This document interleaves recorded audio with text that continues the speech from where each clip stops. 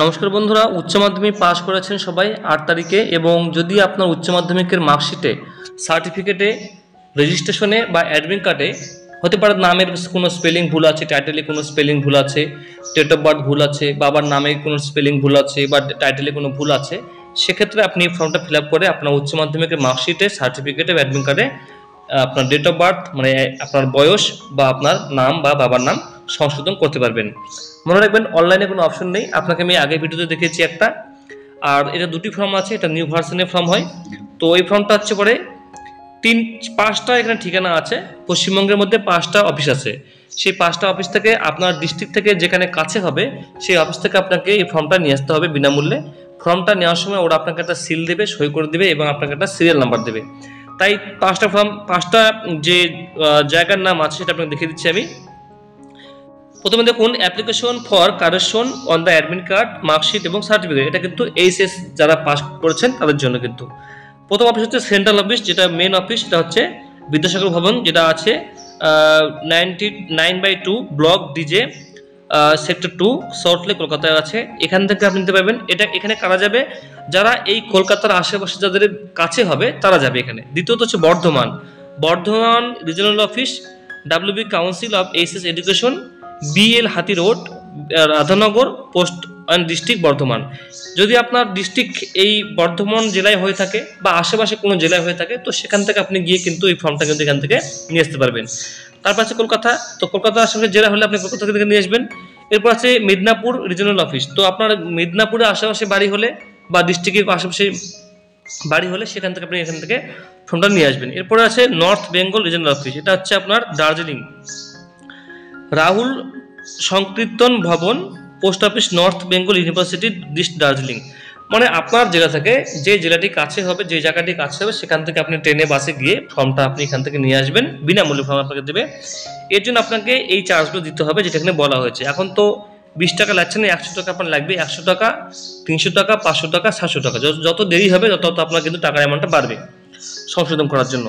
এটা হচ্ছে correction form হলো। এরপরে আপনাকে যেটা করতে হবে বন্ধুরা, এটা হচ্ছে আপনার ফুল নেম। আপনার যে ফুল নেম সেই নামটা আপনি এই ঘরে বসিয়ে দিবেন 1 নম্বরে। 2 নম্বর স্কুলের নাম, স্কুলের কোড নাম্বারটা এখানে বসিয়ে দিবেন যেখানে আপনি পাস করেছেন, এবং স্কুলের ইয়ার আপনি বসিয়ে দিবেন কোন সালে পাস করেছেন। রেজিস্ট্রেশন নাম্বার এবং ইয়ার বসিয়ে দিবেন। 5 নম্বরে রোল নাম্বার, ইয়ার বসিয়ে দিবেন।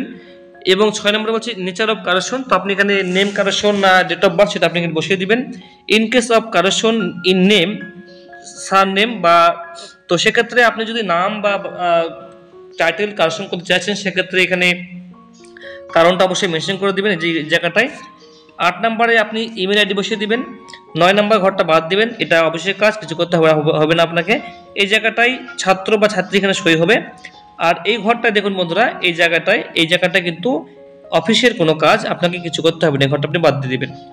উপরে এগিয়ে যাবেন। উপরে এগিয়ে যাওয়ার পরে বলছে যদি আপনি মার্কশিট এর নাম, অ্যাডমিট কার্ড বা ডেট অফ বার্থ সংশোধন করতে চাইছেন, তো অবশ্যই কিন্তু আপনাকে জমা করতে হবে অরিজিনাল মার্কশিট, অ্যাডমিট কার্ড এবং সার্টিফিকেট। আপনাকে এই ফর্মের সঙ্গে ফিল আপ করে জমা করতে হবে, কেননা আপনাকে নতুন করে আবার মার্কশিট, সার্টিফিকেট দেওয়া হবে এইটার পরিবর্তে। ঠিক আছে, এখানে আপনি সই করে দিবেন।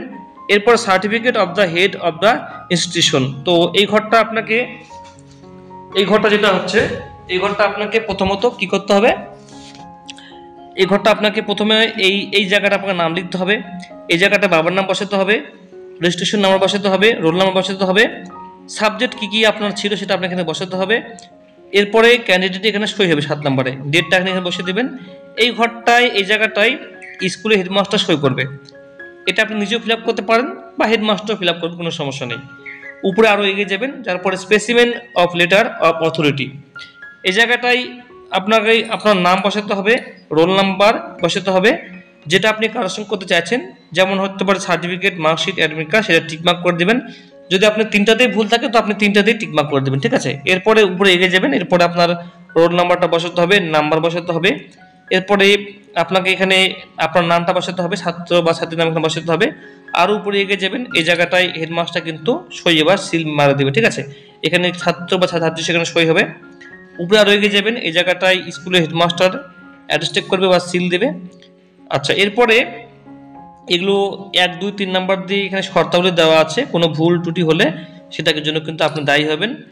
Delivery of the corrected original, এখানে দেখুন 4 নম্বরে delivery of the corrected original admit card, marksheet, certificate within 30 days, মানে 30 দিনের মধ্যে আপনাকে দিয়ে দিবে। এখন 15 দিন থেকে 20 দিন লাগবেই, তো 30 দিনের মধ্যে বলছে। তো আমি আশা করি এর আগে যারা করেছিল 15 থেকে 30 দিনের মধ্যে পেয়ে গেছে, মানে 15 থেকে 20 দিনের মধ্যে পেয়ে গেছে, এটাও হতে পারে।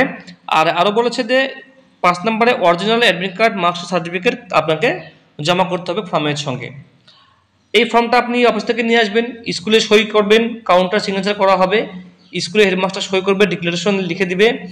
স্কুলে যিনি আছেন আপনার স্কুলের ডিআই, এডিআই, মানে সাব ইন্সপেক্টর বা ইন্সপেক্টর যারা আছেন যে স্কুলের, সেই স্কুল তারা ভেরিফিকেশন করবেন। তো করার পরে আপনার মানে সমস্ত কিছু তদন্ত বা সিল হওয়ার পরে ফর্মটা আপনাকে নিতে হবে, নিয়ে যে অফিস থেকে আপনি ফর্মটা নিয়েছেন সেখানে জমা করবেন। একটা চালান আপনাকে কাটতে হবে, স্টেট ব্যাংকের চালান কাটতে হবে। সেই চালানটা কেটে আপনি জমা করবেন, সেটা আপনি সেখান থেকেই শুনে নেবেন কীভাবে জমা করতে হয়। জমা করার পরে আপনি মেন কাজটা কি বন্ধুরা, স্কুল থেকেই পাস হয়।